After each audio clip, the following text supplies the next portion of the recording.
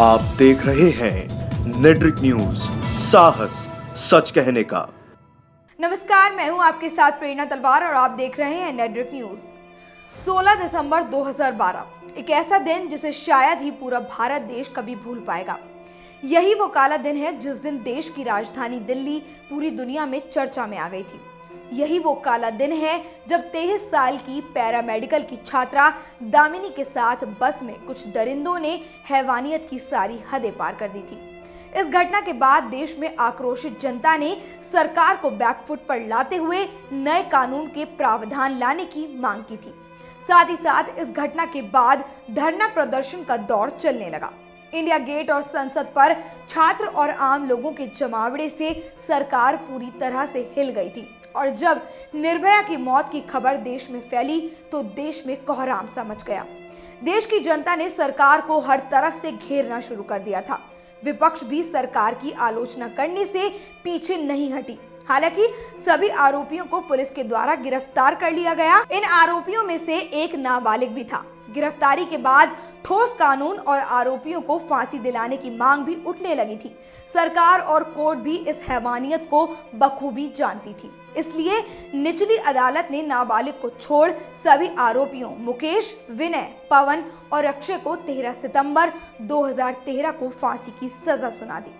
आरोपियों ने अपनी फांसी की सजा माफ करने के लिए दिल्ली हाई कोर्ट का दरवाजा खटखटाया, लेकिन दिल्ली हाई कोर्ट ने भी 13 मार्च 2014 को निचली अदालत का फैसला बरकरार रखा और सभी दोषियों को फांसी की सजा दी। कुछ समय बाद नाबालिग को कोर्ट के आदेश के बाद बाल सुधार गृह भेज दिया गया और एक आरोपी राम सिंह ने जेल में ही फांसी लगाकर आत्महत्या कर ली। आरोपियों ने फिर अपनी माफीनामा अर्जी सुप्रीम कोर्ट में डाल दी, जिसके बाद कई बार सुप्रीम कोर्ट ने भी दिल्ली हाई कोर्ट के फैसले को सुरक्षित रखा।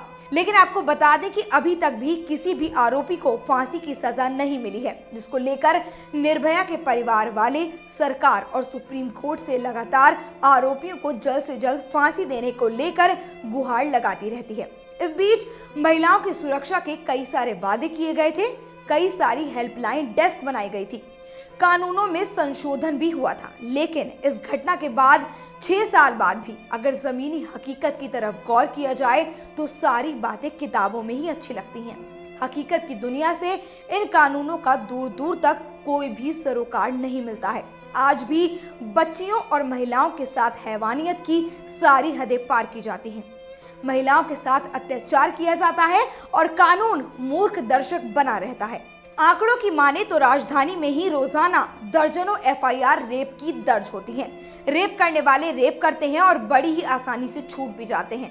6 साल बाद भी देश के हालात बदलने का नाम नहीं ले रहे। सवाल ये उठता है, क्या सरकार कानून के साथ साथ लोगों की मानसिकता को बदलने में भी कामयाब हो पाएगी या फिर नहीं? फिलहाल के लिए इतना ही। देश और दुनिया की तमाम अहम खबरों को जानने के लिए देखते रहिए नेट्रिक न्यूज। हमारे साथ जुड़े रहने के लिए हमारे YouTube चैनल को सब्सक्राइब करें, साथ ही बेल आइकन को दबाएं। नेट्रिक न्यूज की खबरें सबसे पहले देखने के लिए।